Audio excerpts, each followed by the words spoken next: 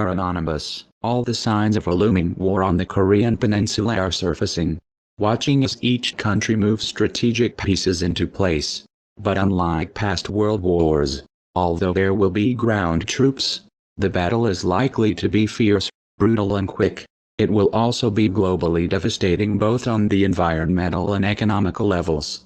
This isn't an confined, years-long proxy or civil war, like Afghanistan, Yemen, Iraq or Syria. This is a real war with real global consequences. With 3 superpowers drawn into the mix, other nations will be coerced into choosing sides. So, what do the chess pieces look like so far? Unless you're off-grid and only consider newspapers good for fire kindling, South Korea's and the United States' position is well documented. Both are allied to the other. THAAD is verging on being plugged into a power source and North Korea is NC towards the evil Western axis. But the devil is in the details. It's the surrounding nations and their actions that are starting to give away part of the real story. The citizen will be the last to know. So it is important to understand what the other nations are doing. In a nutshell, for those limited in time, China has reportedly told its citizens living in North Korea to waste no time returning home. The U.S. tested its Minuteman III, a nuclear-capable ICBM of traveling 8,000 miles to North Korean shores this week. The test, launched from California, was successful. The Japanese have told its citizens they will likely only have a 10-minute warning of a pending nuclear strike against them, but to find shelter in the most solid building they can find. Australia is witnessing a rotational deployment of U.S. troops to the north of the country. War. In depth. But still only scratching the surface. China. Firstly, the Chinese are desperate to avert a war. Economically, it would put them back behind the 8 ball as they deal with an influx of refugees over the border and the very real threat of a devastating war. Only this week, after many pleas to both the US and North Korea to refrain from escalating already decades-high tensions, Chinese officials told them to stop irritating each other. The pragmatic Chinese, it seems, are starting to lose their patience. However, the meeting between President Trump and President Xi Jinping to have China exert hostile and austere economic pressure against North Korea to force them into ceasing their nuclear program, may have fallen somewhat on deaf ears.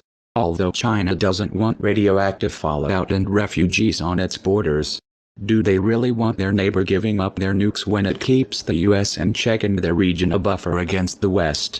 Couple this with the South Korean economy sanctioned heavily by the Chinese over the THAAD deployment. What are the real intentions? Japan, too, is talking up the 2020 goal of an active Japanese military, planning on shedding the promise of pacifism to remilitarize. Already, governments over the years have loosely defined the Japanese war deal made after the Nagasaki and Hiroshima bombings to never instigate a war again as permissible to have a defensive army. But with the threat of ICBM provocation from the DRPK, will they preempt an attack? Reading between the lines, the Japanese issued a warning to their citizens to prepare for a nuclear attack.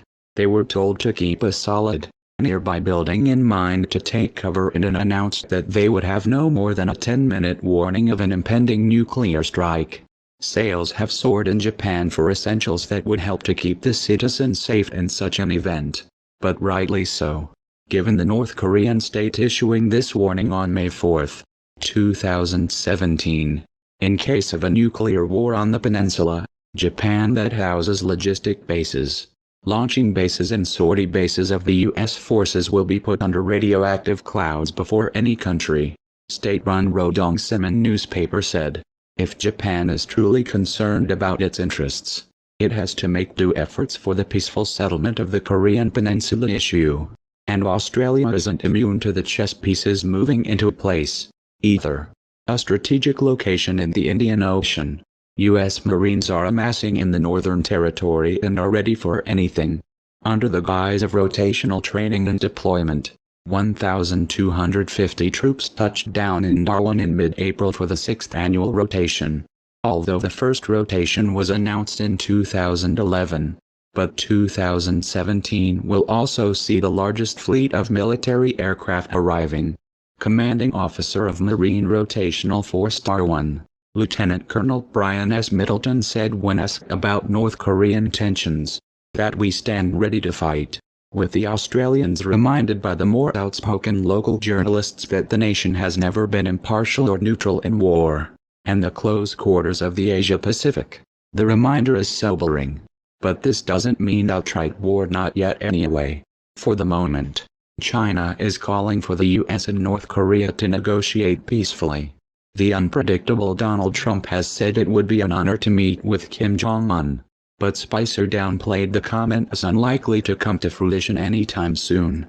But when President Trump starts reaching out to those like President Rodrigo Duterte of the Philippines to ensure they are on the same page, then one must start to wonder. However, even Duterte has advised the US to back away from Kim Jong-un, prepare for what comes next. We are anonymous. We are legion. We do not forgive. We do not forget. Expect us.